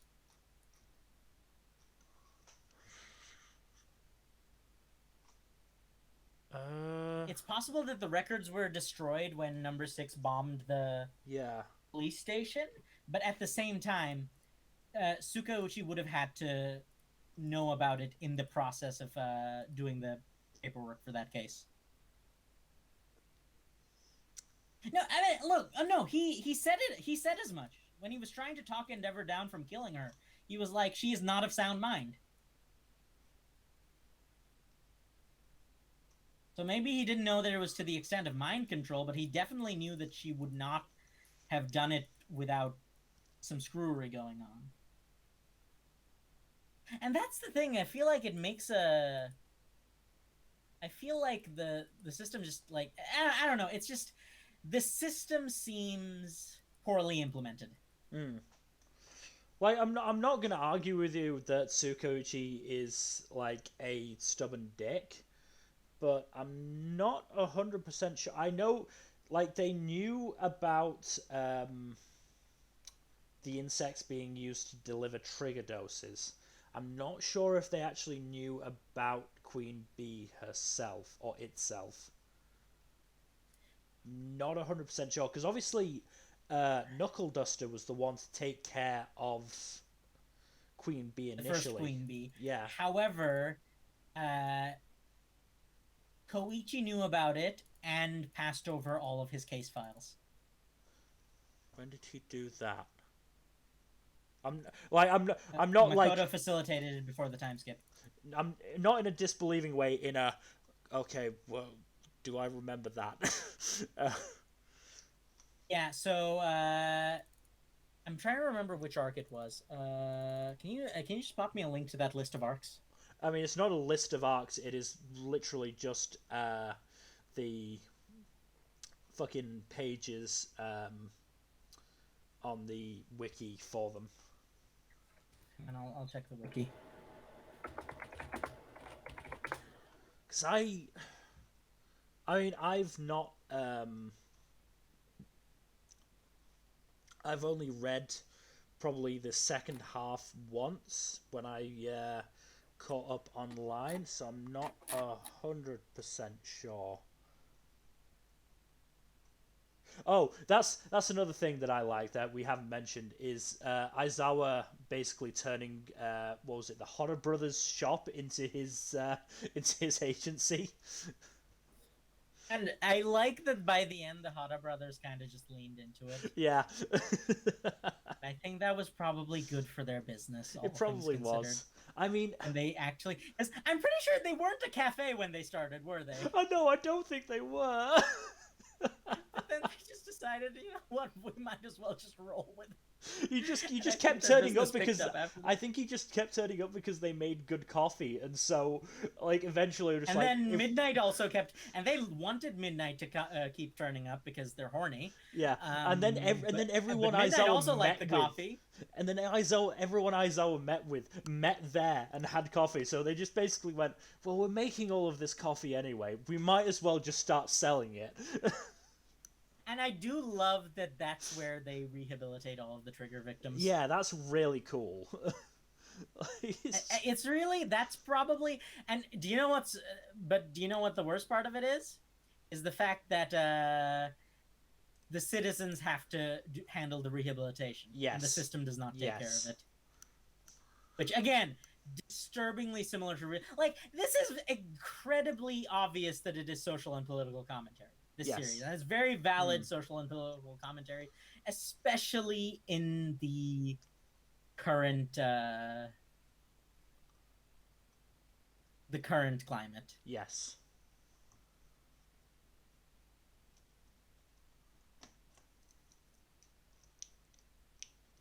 Sorry, I am very quickly just going through the summaries, checking for Tsukuchi's name, trying to find it.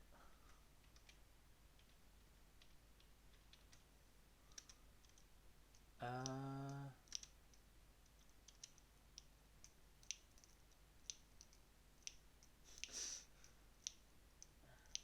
Hang on. I think it might be a better idea to just pull up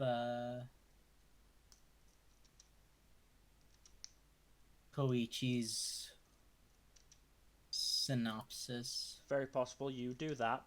Sorry that this for to the viewers that this is not obviously the. Yeah, okay, so it was around Sky Egg. Okay. It may have been between Osaka and Sky. I think it might have been immediately I think I found it. around. You found it? In that moment, Shota gives him a USB with information and data obtained by the Narahata Vigilantes, much of it confidential and Yes, even yes. unknown by the police. Yes, yes. So that would have had the details about Queen Bee in it because they did record that and they knew about it and they recorded that and Tsukauchi very obviously did study it.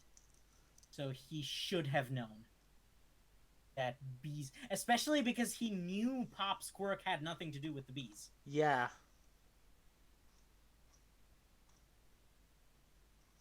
So, Again, you know, I'm just trying to, cover all angles here.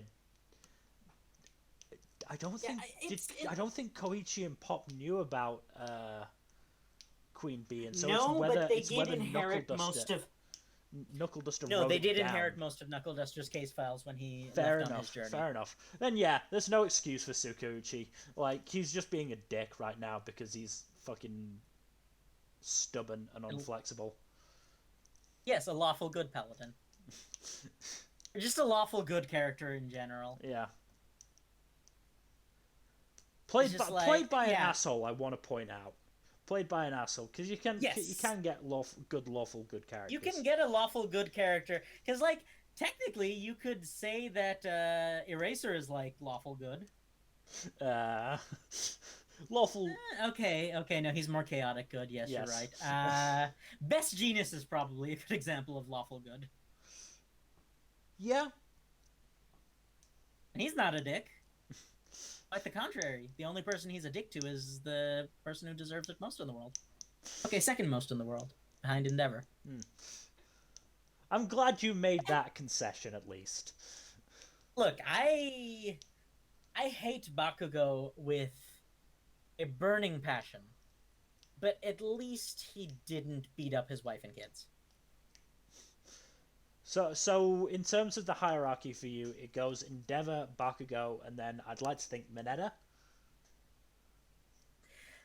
I have a difficult time classifying Mineta because in theory he should be at the top of the list. Hmm. However, he's too incompetent to cause any actual harm. So he's just a creep. Which is the only reason he's beneath Hmm. Endeavor and Bakugo on the list. I do want to point out that in the light novels, at one point we get a Shinso point of view, and he is basically like, "How the fuck has he not been expelled yet?" About Mineta. So, I'm glad someone thought it. best purple boy in terms of Shinso. I'm okay. I forgot that Shinzo's costume was purple, and I was about to throw hands. No, Shinso has purple hair. I thought it was blue for some reason. No, purple. Huh, that must be Mr. Last time I saw him in color was in season 2, so you can blame my. You can't. You can hardly blame me. Season 2 was what, 5 years ago now? Oh god, it probably was. Probably was. Season 1 was 2014, 2015, I want to say. 20. No, season 1 was 2016. Season 2 was 2017. Because My Hero 4 years ago, started. close enough, yeah. Yeah, My Hero started 2014. Fair enough.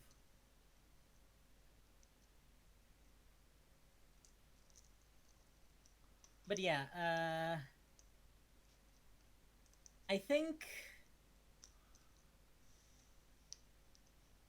the the basic thing that I'm trying to get at here is I really like Vigilantes as a series, and I feel like it deserves more spotlight than it has. Uh, no, I would agree. Like it is a really really interesting series that I don't see enough people talk about, and I really hope that once it's finished, it does get an anime. It'd be really fucking cool to get to see It Koichi would be animated. great if it could get an actually good, well done anime. I mean, I would imagine it would be done by Bones, so it would probably be good.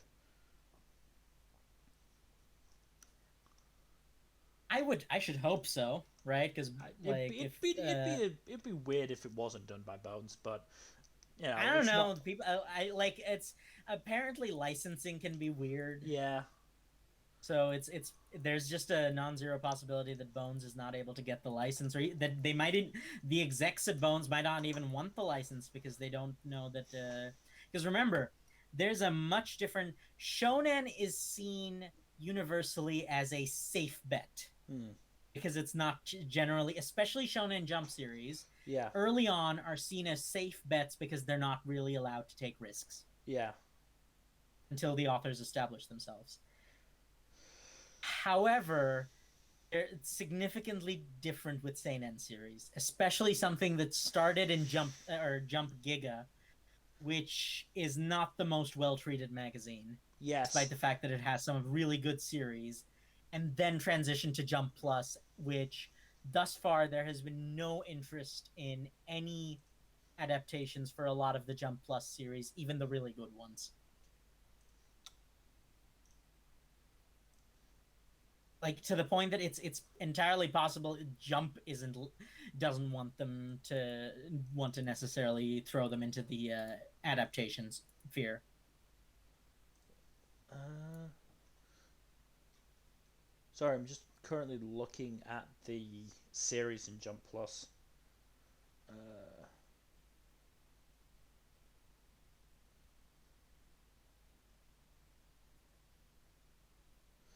um, I mean, I think what would very much work in Vigilante's favor is it obviously does have the pedigree of My Hero behind it, and I have a feeling that a lot of people would watch it just for that connection alone. Just because it has the brand Yeah. name, yeah. Whether that would be enough to keep people watching, I'm not 100% sure. It's possible that the reason somebody like Aizawa was introduced early on is was to try and keep the My Hero audience who weren't initially on board. I don't know because I don't know the potential sales figures for it. Even if it was though, that probably honestly worked out much in its favor beyond just attracting the My Hero audience and made the story better. Oh yeah, it did because Aizawa's a really good character, a really fun character to work with. I also love that recently Present Mike just kind of called him out on the fact that despite the fact that he has this grumpy stick in the mud facade, he's actually a teddy bear Oh, he on absolutely the inside. he absolutely is like there is a reason Dadzawa is a prevalent thing in the I fandom. mean, the thing is, this is not really talked about, but functionally speaking, he has adopted Eri, like legally Yeah, speaking. pretty much. Yeah, He is literally fulfilling all of the functions of a dad for Eri. yeah. To the point that I'm pretty sure like because he takes care of her daily needs, he takes trains her in quirk usage, he's like there for company. Eri, this is Aizawa is probably the first father figure Eri has ever had. Good father figure as a correction, because technically Sure. Overhaul was a father figure, a horrifically bad one, but still a father figure I don't in know, her Overhaul eyes. seems more like the creepy uncle. Point taken. Either way, Aizawa uh is fantastic, and I love him. And uh, yeah, no, it's definitely clear that he. Also, we got a silhouette of his first ever class. Yeah, Did you recognize anyone in the silhouette? I don't remember the I'm silhouette. I curious. probably didn't pay that much attention to it. There might be an image actually on the wiki, or even just by googling it. Yeah, I.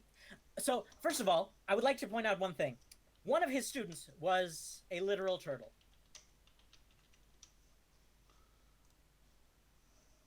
That's the only silhouette that is in no way in question. One of his students was just a turtle. uh, okay, What the fuck arc would that have been in? It was at the same time that it was just after, it was near the end actually. As oh, it's in like one of the last few chapters in the 90s Oh, because he was talking about how taking on the anonymous bomb drones is nothing compared to teaching a class, and that showed the silhouette. uh, so late 90s then, or Late 90s, yeah. was it one of the free chapters or one of the non-free chapters? Let me check. Let me check. It'll be easier for you to check. Might have been one of the non. Yes, it might have been one of the non-free ones.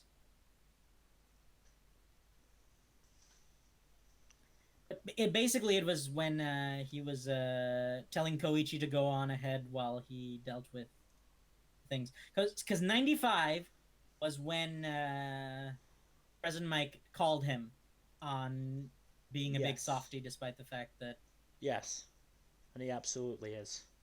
And then Eraserhead reveals himself in '97. yeah, you're in luck. It's in one of the free chapters. Oh, I mean, I could have access to it anyway, but it's just about just would narrow it down slightly. Oh, it might be 98 or 99 even. I think about it. It's either 98 or 99. I know it's not a. Wait, is it 100? Might be 100. It might just be 100. Yeah. I think it's 100. It's either 99 or 100 because I've gone through 98 Yeah, it is. already. I think it is 100. Okay. Give me a second. Yeah. Okay. I will get it up and see if I can notice anything then. Because there's some silhouettes there. Because those kids would probably have maybe even graduated by now. So it's possible they're already almost pros. certainly should have been able to graduate by now, I think. Yes, because yes, here we go. So yes, there is one that is literally just a turtle. Yes.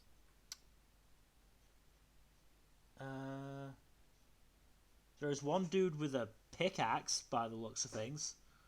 Yeah, he was digging. Ah, yes, he is poking out from the ground. I thought he was just lying down. I think most of the silhouettes are too bland to really tell. I wouldn't be surprised if they ended up somehow relevant later on. Yeah. Right? Considering the fact that one of the biggest reveals in the series comes from here. Like, there's one that looks suspiciously like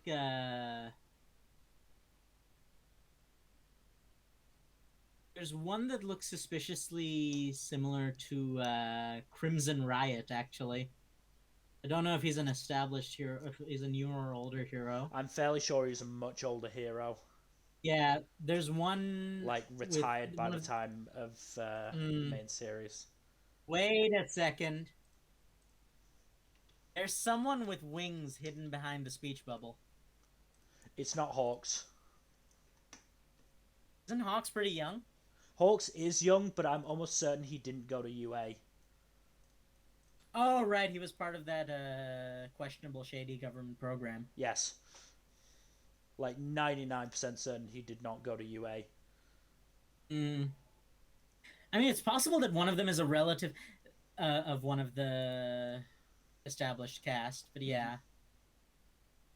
There's also some sort of marshmallow man on the right. Yeah. Marshmallow person. Yes. Possibly even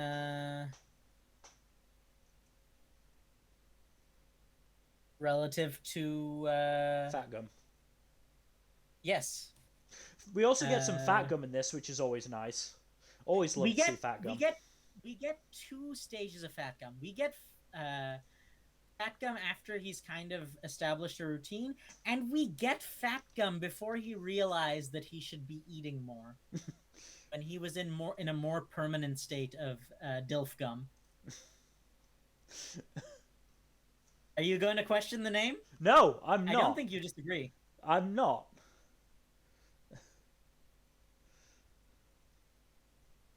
Like, I'm not going to disagree with you at all. Uh, Fat Gum in his skinny form is very hot.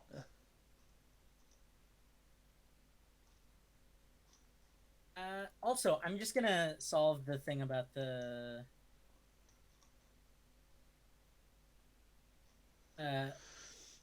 the timeline issue once and for all. As it's probably going to be in the overview of All Might's page Hmm. when exactly the fight with AFO happened. I mean, it would almost be quicker just to go on chapter Find the one. first read the first chapter. Yeah, read the first chapter of the manga and see what he says there. Was it first chapter or was it like later on? I'm looking it up. You keep the conversation going because I feel bad because this is the trouble with having only two people for the podcast is that it gets kind of hard to 5 years ago. 5 years ago from the start of the series. wait a second. In that case, timeline's not adding up Cause because if that's the case, then Aizawa's first class would be 30 years. it's possible he was given 3 years.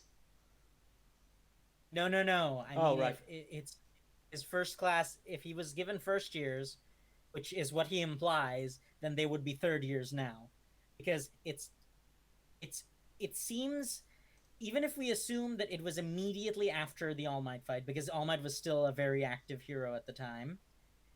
The start of Vigilantes is 5 years before the series, and there's a 3-year time skip at which point Aizawa is teaching his first ever class, Hang on. Give me a second. which means 2 years from the before the start of the series, he was teaching his first class.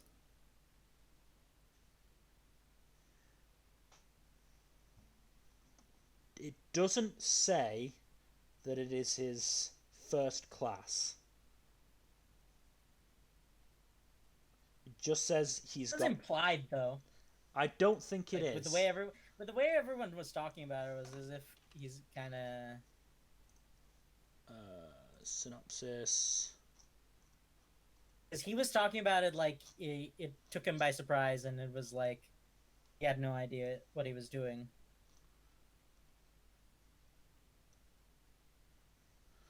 Uh,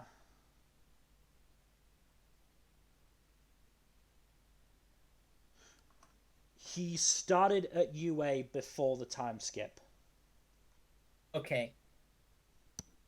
I believe. Because it says one of the Hodder brothers tells him that they even included Aizawa in their plans for the cafe. And then shortly after this, Shoda starts his new career as a teacher at UA High. Okay.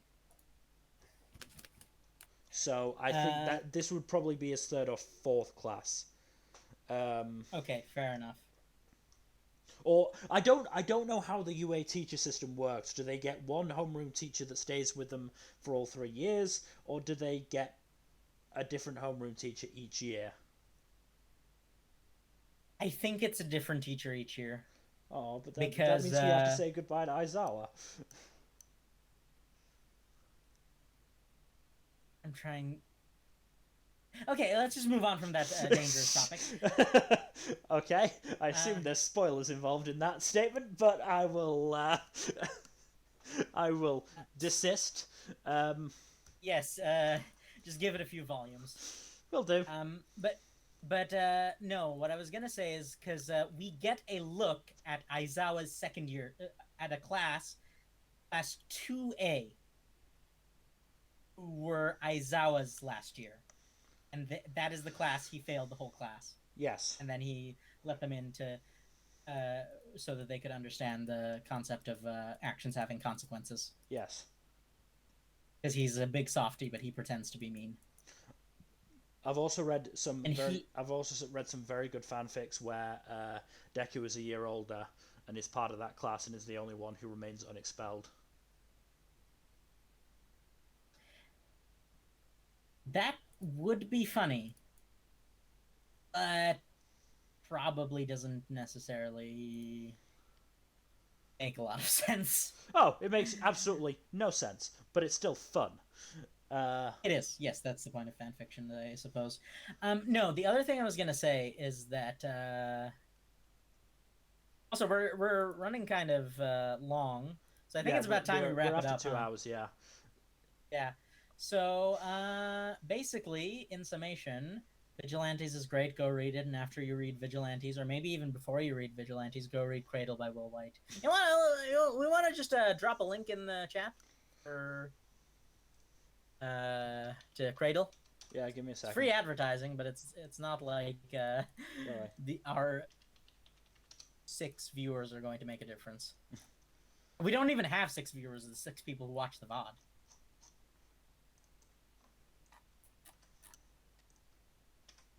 Link to the first book. There you go. It's a wonderful, wonderful series. It is worth it. It is basically, it is almost 3rd generation shonen. If we consider, well, 4th generation, depends on whether you consider 1st generation shonen to be Nart and Friends, or to be DBZ and stuff. Probably DBZ. If you consider 1st generation to be DBZ, then 2nd generation would be Nartblech. Yeah. And 3rd generation would be MHA. And I would almost say that Cradle is straddling the borderline between 3rd and 4th generations, because it does address a lot of the issues that still plague shonen, even in the good ones. But yeah, getting back onto the topic of the video, read Vigilantes. It is genuinely worth it. If you're a My Hero fan, if nothing else, read the Aizawa flashback arc, because it is worth honestly, it. Honestly, if you're a My Hero fan, just read all of the parts with Aizawa in it. Which is most of it, to be fair. But... Yes, so no, that's what I'm saying, is that it's great. Like, if you like, Koichi is a good bean. We didn't mention the arc where Koichi just stumbles into Midnight Sting operation. Yes. That said, we're going to be wrapping it up. Thank you, everyone, and have a good night. We'll see you tomorrow, or I will see you tomorrow for more D&D. Bye-bye. Bye-bye.